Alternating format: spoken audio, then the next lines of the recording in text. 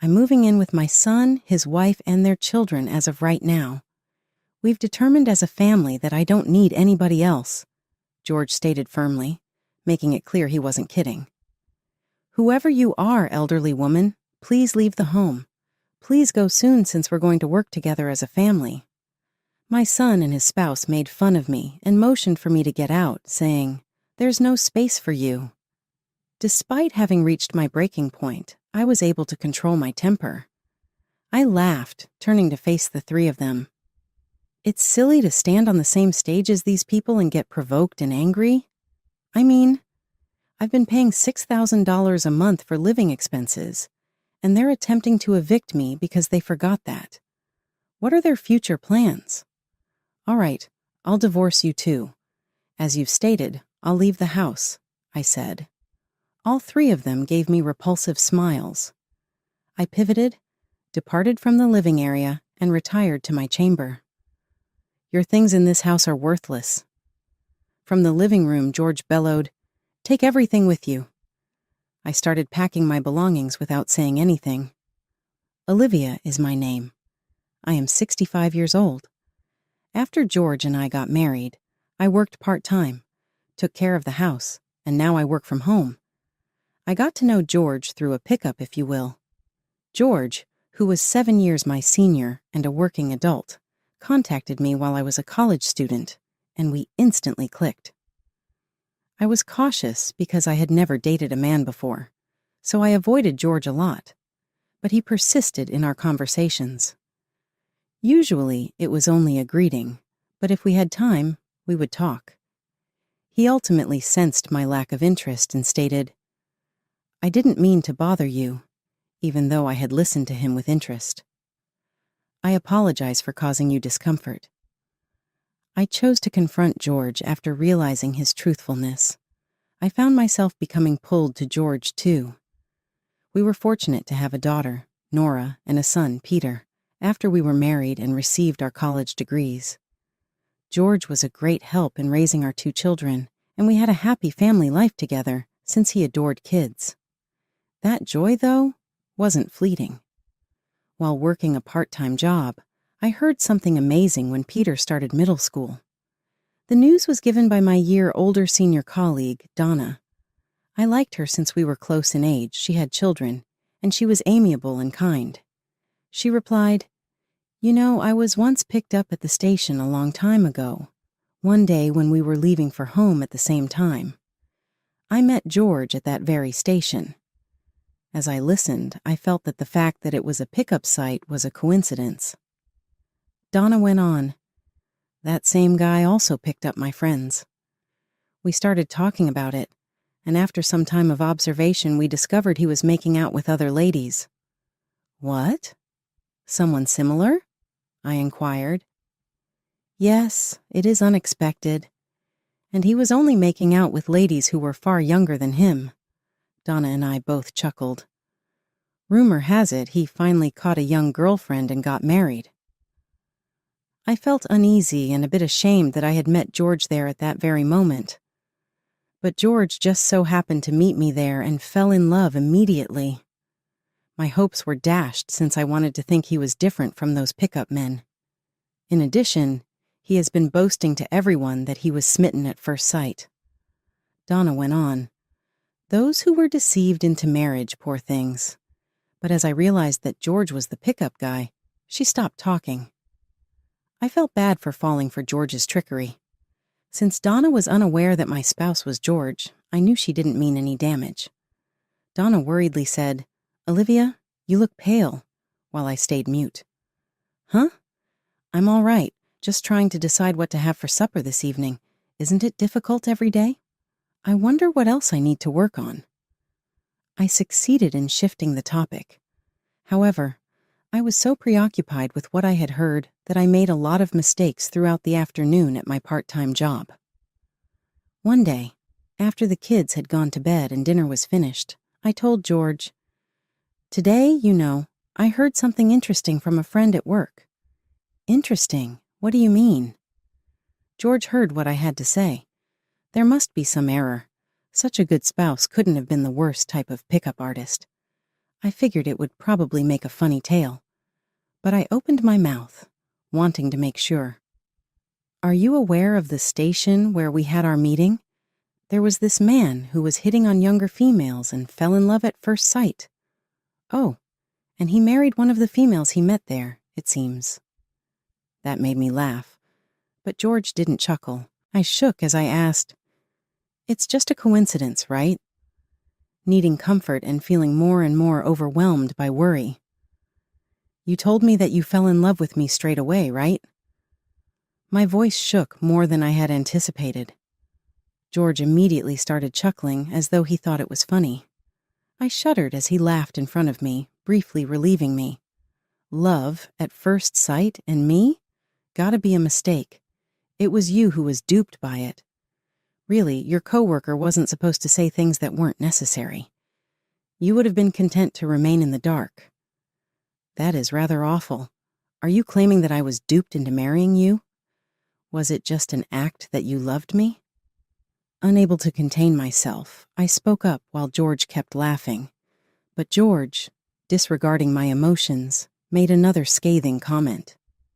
You are to blame for falling for a lie. I picked you because I wanted a young, gullible woman who would be seduced by a pickup. That statement proved that George knew that he deceived me. Well, eventually someone like you would have paired up with some awful person. You need to be grateful that I married you. I'm heading to bed because I have work tomorrow, he murmured and fell asleep. Although I felt stupid too, it surprised me that there was absolutely no support. It was awfully upsetting to realize that all I had been living for was love. Upon our arrival at the marriage introduction, my in-laws expressed their relief that he was married at last and that she was a young lady as well. They were overjoyed. I felt like I was getting a lot of praise, but George had certainly heard his parents telling him over and over to get married. Now that I am aware of this fact, there is nothing I can do. Since our kids were still so little, even if I wanted to file for divorce, I couldn't since I no longer felt love for our spouse. But our marriage wasn't suffering either. It was painful and heartbreaking to realize that I had been misled about love and had to be married. But I forced myself to go through it. I eventually managed to reconcile with the past. There's a fondness for our family life together, even if there's no love for George. With the facts in hand, our marriage could hardly be described as happy, and George began to spend his days off playing pachinko instead of spending time with me. However, I stopped considering getting a divorce, and once I left my part-time job, I began working from home and had a busy life every day. The children grew up fast, and upon graduating from college, they both obtained employment in our hometown. After having a kid and being married to someone from the same industry, Nora currently resides far away. Though we don't get to see them often, their family seems content. Peter was the issue. Soon after receiving his undergraduate degree, he left his work. I wasn't meant for that company. He continued to gripe, saying, "The part-timers are useless, just babbling away, and the boss kept dumping work on me." I initially believed it was just a poor fit for the supervisor or the organization. That is difficult. "Peter, I'm sure you'll find a company that works for you," I reassured, encouraging him to shift jobs.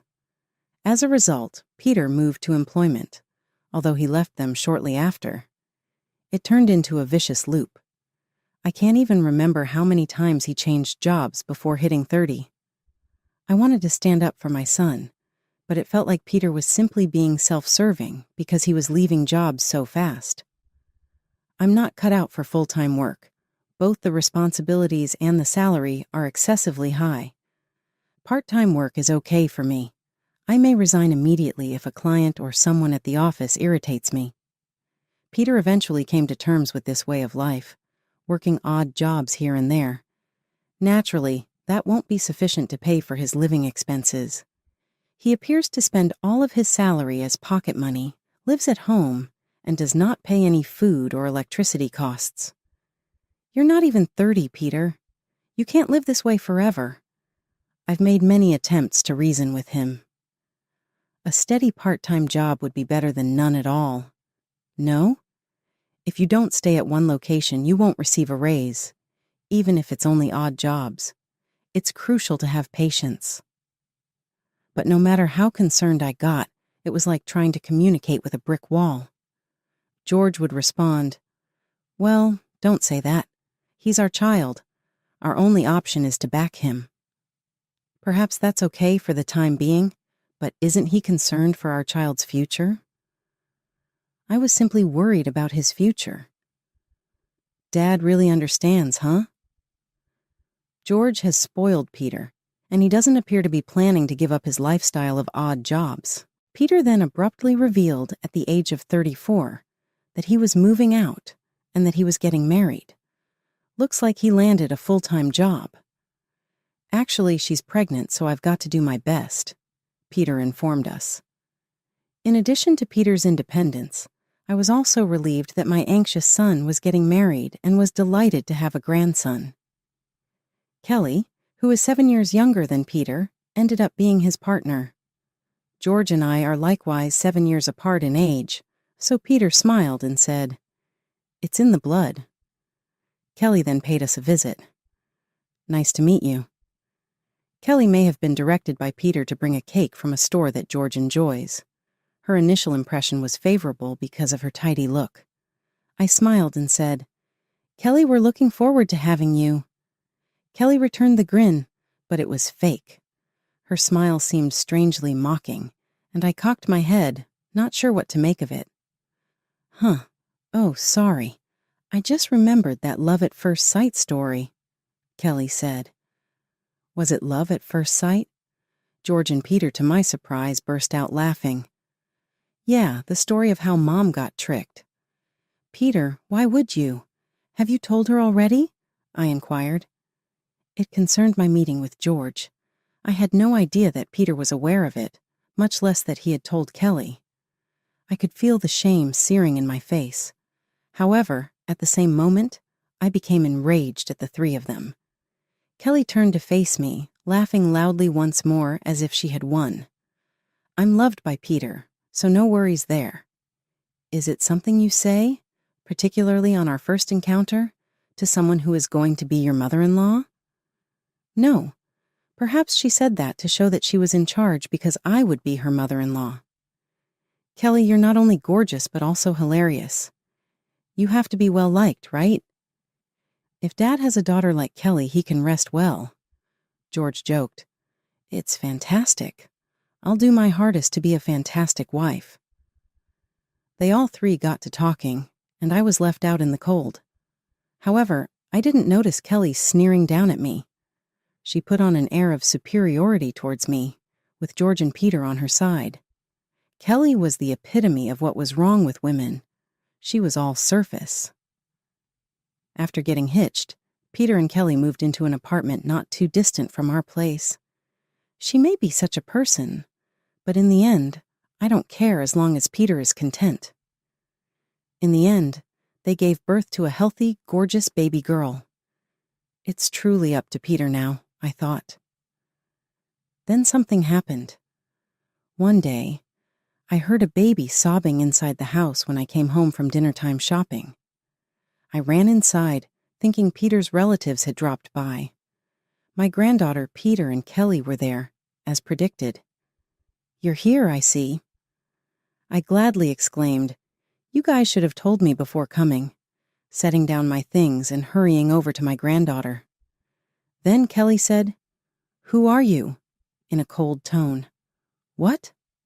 Her reply left me speechless, and I was unable to comprehend what was going on.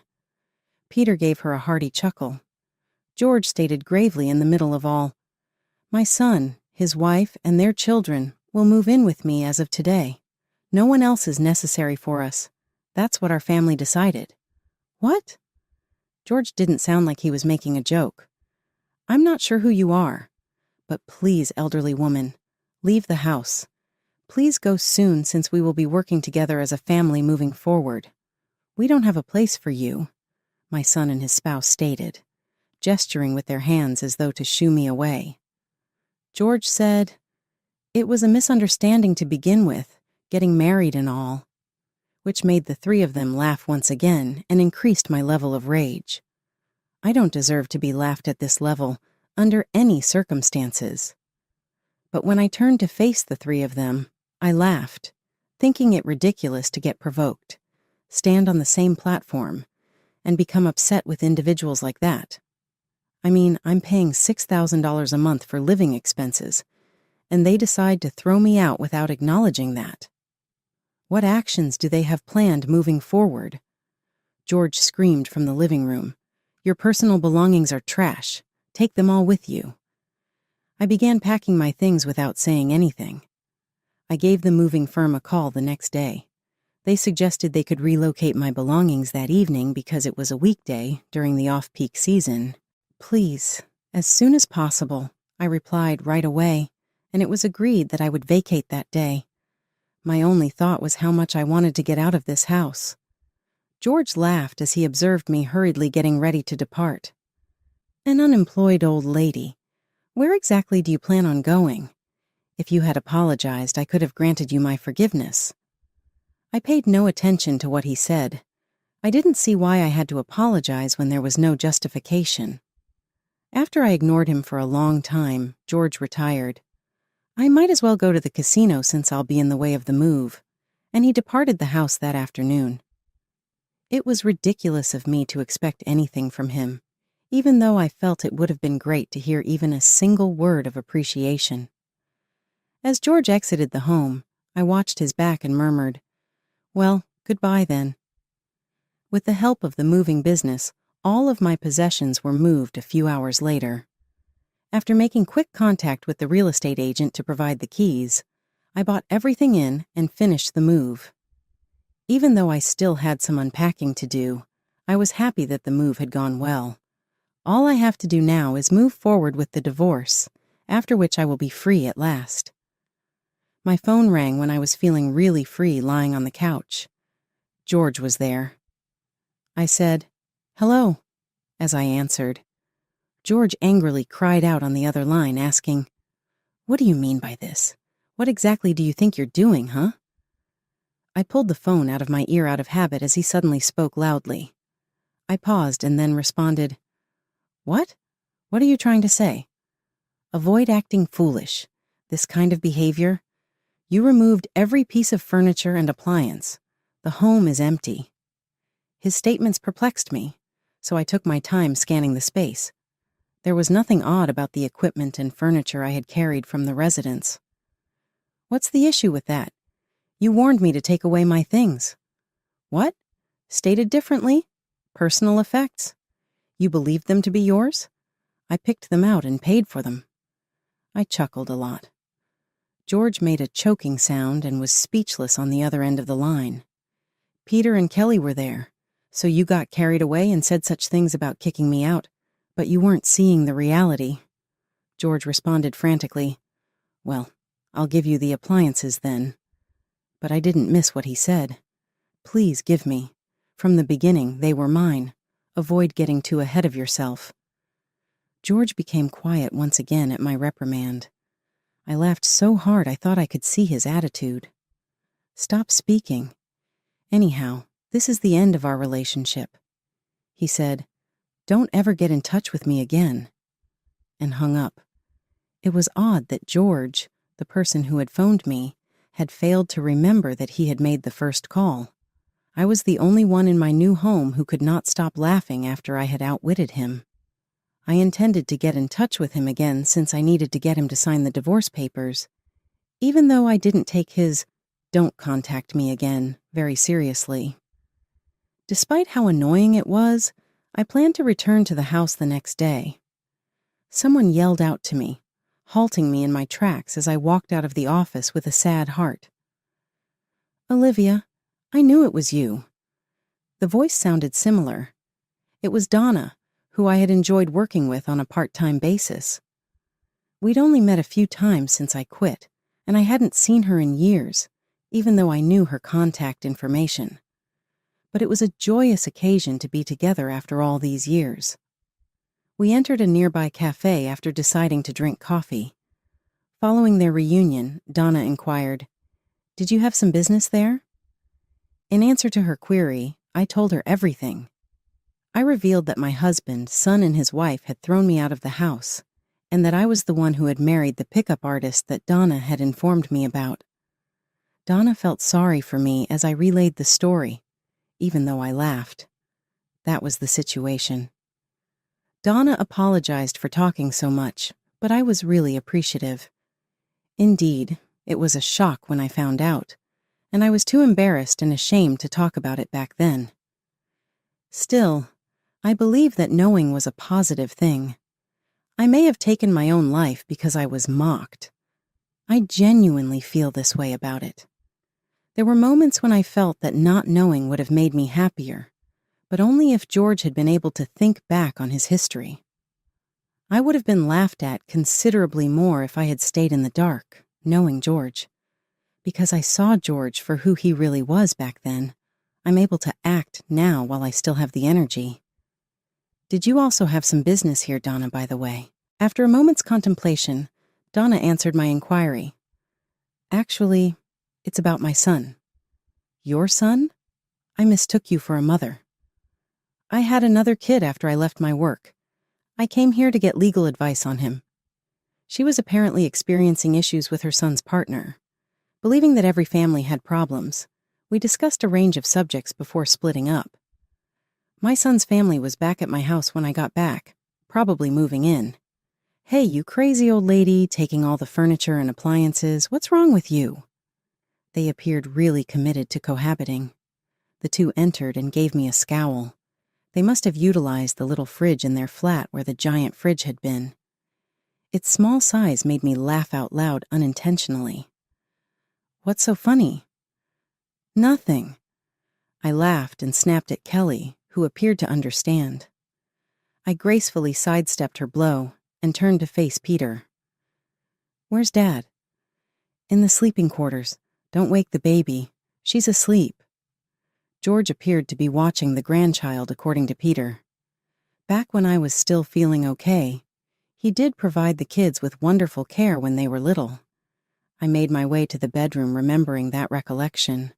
I carried the divorce decree. As soon as I got into the bedroom, I said, "Just fill them out and leave them." George gave me a quick glance, clicked his tongue, and quietly got to his feet. He had placed the infant on the bed and was in the process of trimming her nails. He bitched, "My relaxing time ruined by this old hag," and grabbed the divorce papers from me. I looked at my sleeping granddaughter's face, ignoring George. She was my blood-related grandchild, even if she was my failing son's child. I'm not lying when I say she's adorable. However, a shiver went down my spine as I smiled at her face. I had just met Donna, and her adorable tiny face was precisely like Donna's. Then I recalled the incident Donna had told earlier about how her son's girlfriend had gotten pregnant, then lied to acquire money, and then vanished. Just a few hours ago, after hearing Donna's confession, I believed that every family faced difficulties. However, is it possible that Kelly was the one who conned Donna's son out of money? That's what occurred to me. If my suspicion was correct, then this child might not even be Peter's. George turned pale as he thought about this and talked to me. "I completed it over here. Please go now. Additionally, discard this. You may keep it if you'd like, but you won't be seeing this child again anyhow." George gave me the divorce papers and a tissue packed in the baby's nail clippings. Without saying anything, I took them and promptly left the home. So I quickly got in touch with Donna once again. 1 month later, my phone rang again, and it was George. "Hey, I received a notification that the gas and electricity payments are past due. What is happening?" Once more, he lost his temper and lashed out at me. "Me? I'm not sure. Pay for it with cash." "Where's the cash? How were these bills settled earlier? Where's that credit card?" He was fumbling about, and I could hear it. He was probably shaking the house to find the bank book. I laughed at the crazy way George was acting. "What is it that you find funny? Come on over here. I'm having trouble finding anything in the house because of your disorder." George said so and hung up the phone. I didn't particularly enjoy it, but I had to do it. I reluctantly got ready and made a phone call.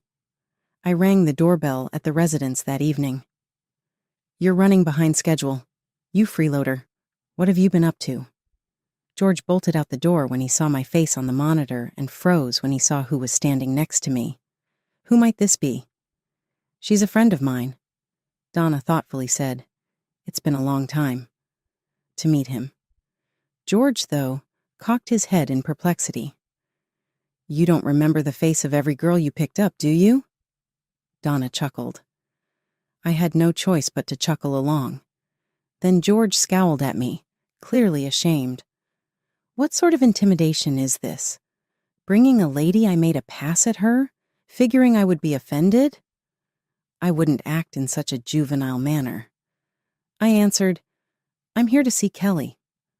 I went into the home with Donna. My son and his wife were in the living room, as one might anticipate. In a house without me, they appeared to be very content. Their facial expressions told me what they thought of me, that I was a bother. To be honest, though, I also didn't want to go. "So you must be Kelly," Donna said, observing Kelly's features. "Who are you? A bestie for an elderly woman? You're bringing her here, but why?" "She is unfamiliar." Looking astonished, but not before responding quickly, Donna added, "I've been looking for you. After you changed your last name, it was challenging to find you." Peter got up and took out an envelope from Donna. Peter questioned, "Jason Brown?" as he looked over the document within. "Who is this? What is this research on genetics all about?" "My son's name is Jason Brown," Donna clarified. "The paperwork demonstrates that your child is, in fact, my son's child. Unfortunately, you and the kid do not have a biological relationship." Peter paled and froze in disbelief, and Kelly looked just as astonished. George, who had been quiet, spoke up, and I grinned and said, "I used the granddaughter's nails you gave me." I had told Donna that the grandchild looked like her when I had earlier delivered the granddaughter's nails to her. Kelly had a history of lying, so it was not shocking that she would have conned someone. To establish a paternal connection, Donna had subtly submitted her son's toothbrush and the granddaughter's nails to a laboratory. But Donna hadn't informed her kid yet, wanting to give herself a chance to process everything and make sure her son wasn't too upset. Peter objected, saying, "That's not my child. There has to be a mistake." I smiled uncontrollably as Donna repeated the identical arguments Kelly had once used against me. In the end, it wasn't my grandchild. George fell to the ground, shocked. "We will take care of the child," Donna declared. "A lawsuit is most likely to be filed. However, what about parenting her? I take it you're getting divorced? You must return the money since you are unemployed." Kelly sobbed as she clung to Donna and said, "Please forgive me." In an attempt to console Kelly, Donna said gently, "You pushed Olivia away and invaded this family with falsehoods. Are you genuinely expecting forgiveness?" Donna spoke in a soothing tone, but there was a coldness in her words that made Kelly unable to react, except to cry out. Donna turned to face George, who was stunned and had no eyes. Before the granddaughter was born, George was thrilled, calling her his beacon of hope, Donna said. That hope is now lost. I know you're shocked, but I have to give you the hard truth. The only name on the bank account is yours. No other account exists. George questioned, perplexed. How did we handle our living payments up to this point? How about the bills for the utilities? In response, Donna said, I was paying the $6,000 monthly living expenses, and I don't plan to keep providing that assistance. When Peter saw this, he looked up and George's uneasy eyes darted around. $6,000 every month? George surprised himself and repeated, Yes, Donna answered. You choose how to spend it. Even though you may have believed you were not discovered, you had been discreetly taking money from the food budget after you had spent all the money intended for other uses on gaming. It took place more than once. George looked up, maybe sensing that someone was watching him. He had spent all of his available funds on gaming, and after that was depleted, he grabbed money out of the food budget. Your careless spending increased our living expenses, Donna continued. Years ago, you also stole all the funds from the bank book and used them for gambling. Are you forgetting? George appeared surprised by the reality, as if he had forgotten about the funds and thought it was still available. Sighing in shock, Donna said, "You believed you could fire me without realizing how much you depended on me, but I've been paying those bills with my own money. Do you now recognize the vile person you were?" George cried out. "Where did a poor person like you get that kind of money?" Unable to grasp the reality. It was pointless to argue. "It's okay if you find it hard to believe," I murmured, looking at Peter. "And you, Peter?" Peter's eyes were lifeless as he gazed at me, having been demoralized by what had happened to Kelly and his kid. "You've been taking on multiple jobs, not helping out with household expenses, living off my money and then letting me go. Have you ever considered the future course of events?" Nothing was heard. "Dad has exhausted his savings. Even if he is currently working again, how long can he work at this age?" Peter shook as though he were facing something horrifying, as though he realized how terrible the situation was. "You might have thought that returning home would solve your problems, like when you were single, but by driving me out, you've made a huge mistake thinking life would go on as before." Afterward, nobody answered. Satisfied, Donna patted my shoulder. After saying what I had to, I felt satisfied and told her, "Donna, let's get home now. I'll communicate with you." Just before Donna and I left, Peter yelled, "Mom, where are you living now?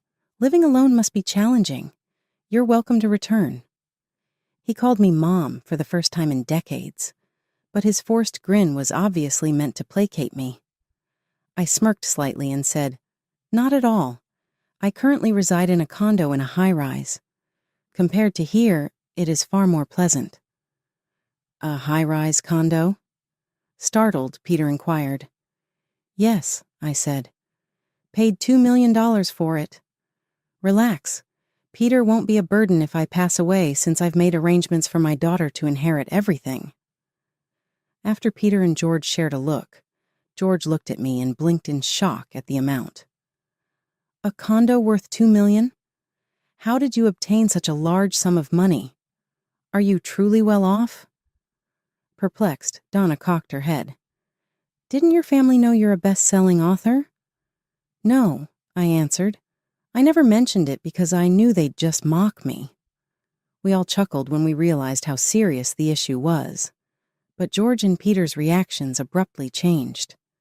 They made an attempt to keep me from going. "Olivia, my mistake. I never comprehended the great effort you've been making. I apologize sincerely. Please return," they begged.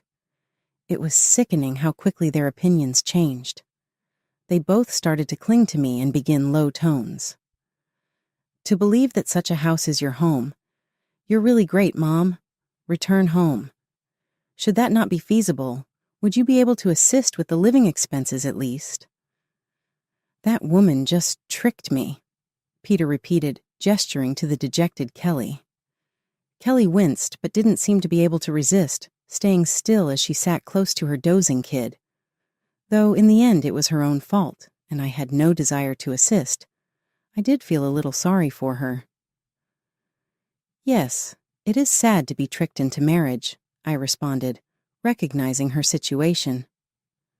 I looked back at Peter and replied, "I guess you'll have to resolve this on your own. You are to blame for falling for a trick." I pushed George and Peter away after that.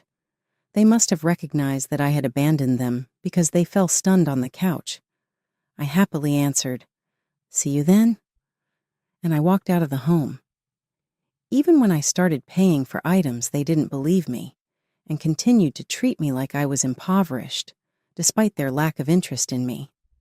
They made fun of my work-from-home arrangement, not realizing that I was a published author with real estate holdings and earnings.